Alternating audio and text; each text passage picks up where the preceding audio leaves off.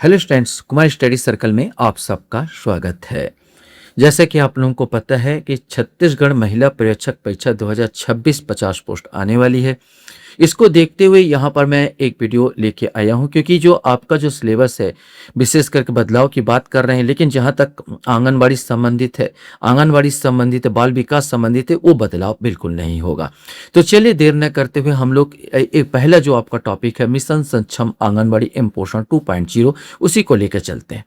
तो एक एक क्वेश्चंस के यहाँ पर सॉल्व करने की कोशिश करते हैं। पहला क्वेश्चन आपके सामने है, सक्षम आंगनबाड़ी एवं पोषण 2.0 का मुख्य उद्देश्य क्या है, ये आपको बताना है।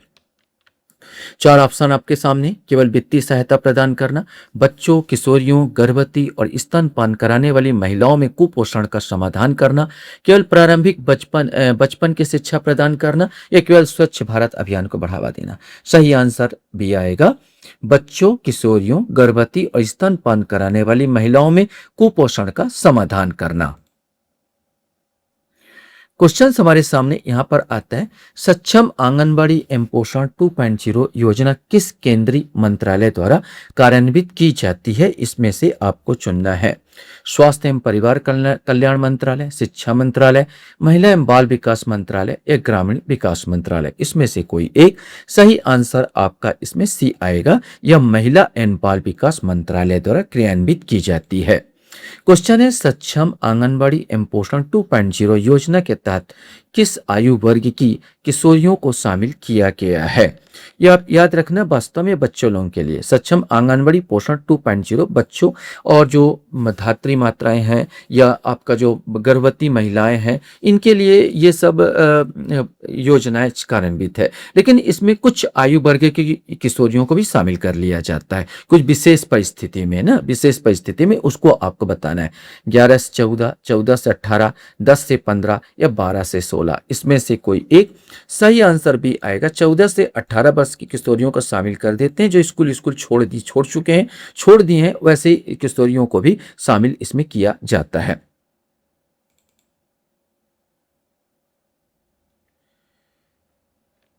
क्वेश्चन है, पोषण अभियान 2.0 की शुरुआत कब हुई थी, ये आपको बताना। 2021-22, 2018-19, 2022-23 या 2023-24, इसमें से कोई एक। सही आंसर इसमें ए आएगा, 2021-22 को इसकी शुरुआत हुई थी। वित्त मंत्री निर्मला सीतारमन ने 1 फरवरी 2021 को केंद्रीय बजट में इसकी घोषणा की थी। तो इस हिसाब से इसका शुरुआत होता है ये 2021-22 से। सक्षम आंगनबाड़ी एवं पोषण 2.0 का पुनर्गठन कब किया गया। 2 अक्टूबर 2015, 10 नवंबर 2014, 1 अगस्त 2022, 2 अप्रैल 2020। देखो, अब 2021-22 से शुरू हुआ तो पुनर्गठन इसी के बाद होगा। मतलब यहाँ पर जो ऑप्शन में अपने के पास ये हो जाता, सी आ जाता, 1 अगस्त 2022 को इसका पुनर्गठन किया गया था।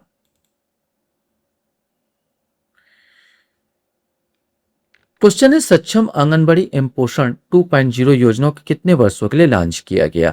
3 वर्ष, 5 वर्ष, 7 वर्ष, 10 वर्ष। अधिकांश योजनाएं जो होती है 5 वर्ष के लिए लॉन्च होती है, तो ये 5 वर्ष के लिए लॉन्च किया गया था। 2021-22 से लेकर 2025-26 तक के लिए, 2025-26 माने ये साल लास्ट है इसका, 2025-26 तक के लिए लॉन्च किया था। चाहे तो इसको बढ़ा सकते हैं, चाहे तो इसकी जगह कोई नई योजना ला सकते हैं। क्वेश्चन है, सक्षम आंगनबाड़ी एवं पोषण 2.0 में कौन कौन सी योजनाओं को शामिल किया गया है। एकीकृत बाल विकास सेवाएं ICDS, प्रधानमंत्री की समग्र पोषण योजना पोषण, मुख्यमंत्री सुपोषण योजना, प्रधानमंत्री मातृ वंदना योजना।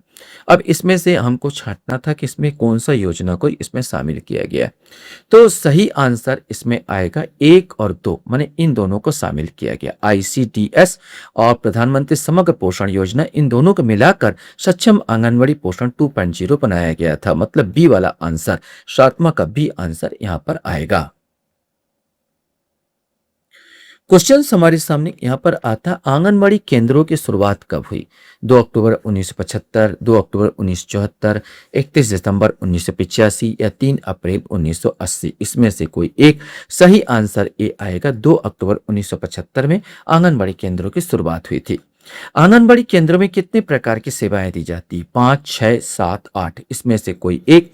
सही आंसर यहाँ पर 6 प्रकार की सेवाएं दी जाती है। कौन कौन सी? तो पहला है पूरक पोषण आहार, दूसरा है पूर्व विद्यालय अनौपचारिक शिक्षा, तीसरा है पोषण एवं स्वास्थ्य शिक्षा, चौथा है टीकाकरण, पांचवा है स्वास्थ्य जांच और छठवां है रेफरल सेवाएं। मतलब कुपोषित बच्चे या माताओं को जो होगा उसको तुरंत हॉस्पिटल में जो भेजने का जो काम होता है रेफरल सेवाएं के अंतर्गत आता है। आदि आदि काम तो ये रेफरल सेवाएं, इस प्रकार 6 सेवाएं इसमें दी जाती है।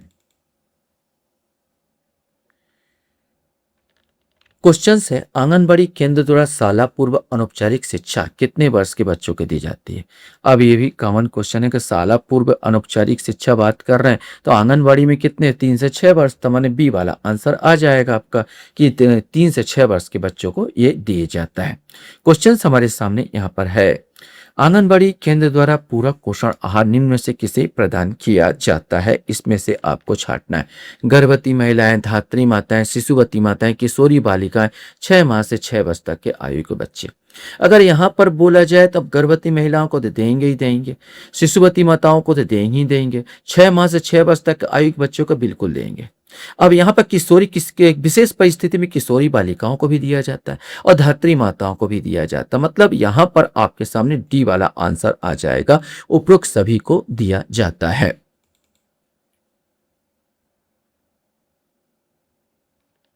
क्वेश्चन है छत्तीसगढ़ में पूरक पोषण आहार के अंतर्गत टेक होम राशन गेहूं आधारित रेडी टू ईट फूड में क्या शामिल किया जाता है? रागी और मूंगफली, मक्का और चना, चना और मूंगफली या ज्वार एवं बाजरा। इसमें से कोई एक आएगा। सही आंसर ए आएगा, रागी और मूंगफली को शामिल किया जाता है।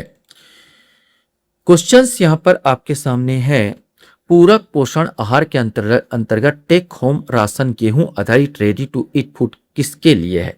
माने पूरक पोषण आहार के अंदर टेक होम राशन माने घर ले जाने के लिए अंतर्गत टेक होम राशन गेहूं आधारित रेडी टू ईट फूड किसके लिए? 6 माह से 3 वर्ष के सामान्य एवं गंभीर कुपोषित बच्चे, 3 वर्ष से 6 वर्ष के सामान्य एवं गंभीर कुपोषित बच्चे, गर्भवती व शिशुवती माताएं। और इसमें से आपको छांटना है ये कौन है वो है। तो यहाँ पर बता दूं कि घर ले जाने के लिए 6 से 3 वर्ष का बच्चे स्कूल में तो पढ़ाई करेगा नहीं, आंगनबाड़ी में आएगा नहीं, तो पहला वाला बिल्कुल सही होगा। दूसरे बच्चे को तो स्कूल में ही खिलाया जाता है, गरम गरम उसको खाना दिया जाता है नाश्ता, 3 से 6 वर्ष के बच्चे ये नहीं आएगा। और गर्भवती शिशुवती माताओं को लिए दिया होता है तो ये वाला आ जाएगा 1 और 3। तो 1 और 3 सी वाला 13 का जो आंसर आपका सी वाला यहां पर आएगा।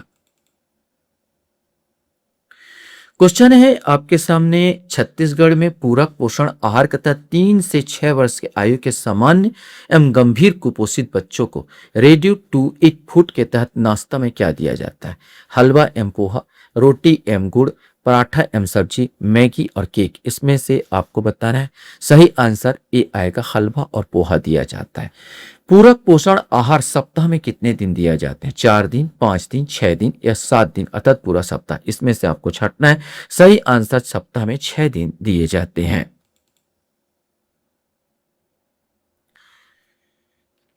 क्वेश्चन है छत्तीसगढ़ में पूरक पोषण आहार के तहत नाश्ता एवं चावल आधारित गर्म पके हुए भोजन को का सूखा राशन का प्रदान किसके माध्यम से किया जाता है? ये आपको बताना है। उचित मूल्य की दुकान, महिला स्व सहायता समूह, छत्तीसगढ़ राज्य बीज एवं कृषि विकास निगम द्वारा, आंगनबाड़ी केंद्रों को स्वतंत्रता है कि वह कहीं भी से खरीदे। सही आंसर आपको बताना है। सही आंसर आपका बी आएगा, महिला एवं स्व सहायता समूह द्वारा प्रदान किया जाता है। क्वेश्चन है छत्तीसगढ़ में पूरक पोषण आहार तथा टेक होम राशन गेहूं आधारित रेडी टू ईट फूड 6 माह से 3 वर्ष के सामान्य कुपोषित बच्चों को क्रमशः कितने ग्राम प्रतिदिन के हिसाब से प्रदान किया जाता है? माने आपको बताना है सामान्य बच्चों को कितना दिएगा और कुपोषित बच्चों को कितना मिलेगा 6 माह से 3 वर्ष के बच्चों को। तो ये ऑप्शन है 100 ग्राम से 100 ग्राम, 125 ग्राम, 100 ग्राम एवं 200 ग्राम, 150 ग्राम या 250 ग्राम, 200 ग्राम या 250 ग्राम। इसमें से कोई एक आएगा। सही आंसर इसका भी आएगा 125 ग्राम और 200 ग्राम अर्थात सामान्य बच्चों को 125 ग्राम मिलेगा और कुपोषित बच्चों को 200 ग्राम मिलेगा। अलग अलग क्वेश्चन ही पूछ सकते हैं कि सामान्य बच्चों को कितना मिलेगा, ऐसा क्वेश्चन ही बन सकता। कुपोषित बच्चों को कितना मिलेगा ये भी बन सकता है। ऐसे भी क्वेश्चन आ सकते हैं। क्वेश्चन है छत्तीसगढ़ में पूरक पोषण आहार के तहत गर्भवती एवं शिशुवती माताओं को कितने ग्राम रेडी टू ईट फूड प्रदान किया जाता है। अब गर्भवती एवं शिशुवती माताओं को कितने ग्राम दिया जाएगा ये आपको बताना है। 100 ग्राम, 125 ग्राम, 150 ग्राम या 175 ग्राम, इसमें से आपको बताना है। सही आंसर इसमें सी आएगा, 150 ग्राम। 150 ग्राम प्रदान किया जाता है। क्वेश्चन हमारे सामने है, राष्ट्रीय पोषण मिशन में के निम्नलिखित में से कौन सा उद्देश्य है। राष्ट्रीय पोषण मिशन के गर्भवती महिलाओं और स्तनपान कराने वाली माताओं में कुपोषण के बारे में जागरूकता पैदा करना, छोटे बच्चों, किशोरियों और महिलाओं में एनीमिया की घटनाओं को कम करना, बाजरा, मोटे अनाज, बिना पालिश के चावल की खपत को बढ़ावा देना, कुक्कुट अंडे की खपत को बढ़ावा देना। अब इसमें से हम छांटने की कोशिश करें तो ये दोनों बिल्कुल नहीं आएगा, बाकी ये दोनों आएंगे 1 और 2। गर्भवती महिला और स्तनपान कराने वाली माताओं में कुपोषण के बारे में जागरूकता पैदा करना और छोटे बच्चों, किशोरियों और महिलाओं में एनीमिया घटनाओं को कम करना।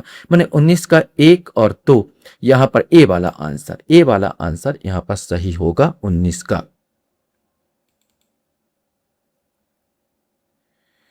क्वेश्चन हमारे सामने यहां पर है, छत्तीसगढ़ में पूरक पोषण आहार कार्यक्रम के तहत 6 माह से 6 वर्ष से कम उम्र के बच्चों में गर्भवती एवं दूध पिलाने वाली माताओं की साल में न्यूनतम कितने दिन का पूरक पोषण आहार दिया जाता है। अब साल में पूछे तो आपको बताना है, साल में 365 दिन होते हैं। अब 365 दिन में आपको हर रविवार को अलग कर देना, तो 1 महीने में 4 रविवार होते हैं। ऐसे करके भी आप निकाल सकते हैं, तो सही आंसर करीब 300 दिन आएंगे।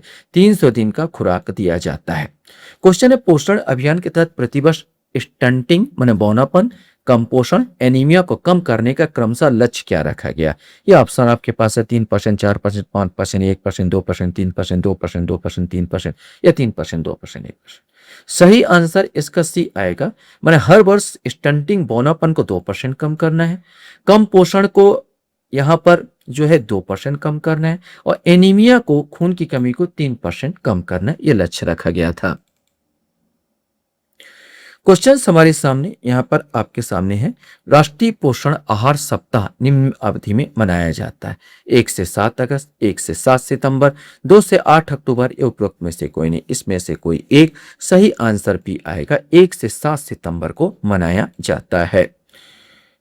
आपके सामने लास्ट क्वेश्चन इससे संबंधित क्वेश्चन है, पुनर्गठित योजना सक्षम आंगनबाड़ी एवं पोषण 2.0 में निम्नलिखित उप योजनाएं शामिल है। उप योजना बताना है, ICD पोषण अभियान, किशोरियों के लिए योजना, SAG राष्ट्रीय क्रेच योजना। अब इसमें से आपको बताना है। सही आंसर इसका देखा जाए तो उपरोक्त सभी आ जाएगा। ये जो पुनर्गठित किया गया था इसमें सब योजना को जोड़ दिया गया, मतलब ICD को भी, पोषण अभियान को भी, किशोरियों के लिए योजना, SAG को भी और राष्ट्रीय क्रेच योजना, सबको जोड़ दिया गया था। आशा करता हूँ ये वीडियो आपको अच्छा लगा होगा। आप लोग मेरे वीडियो को वॉच करते इसलिए धन्यवाद। Thank you very much.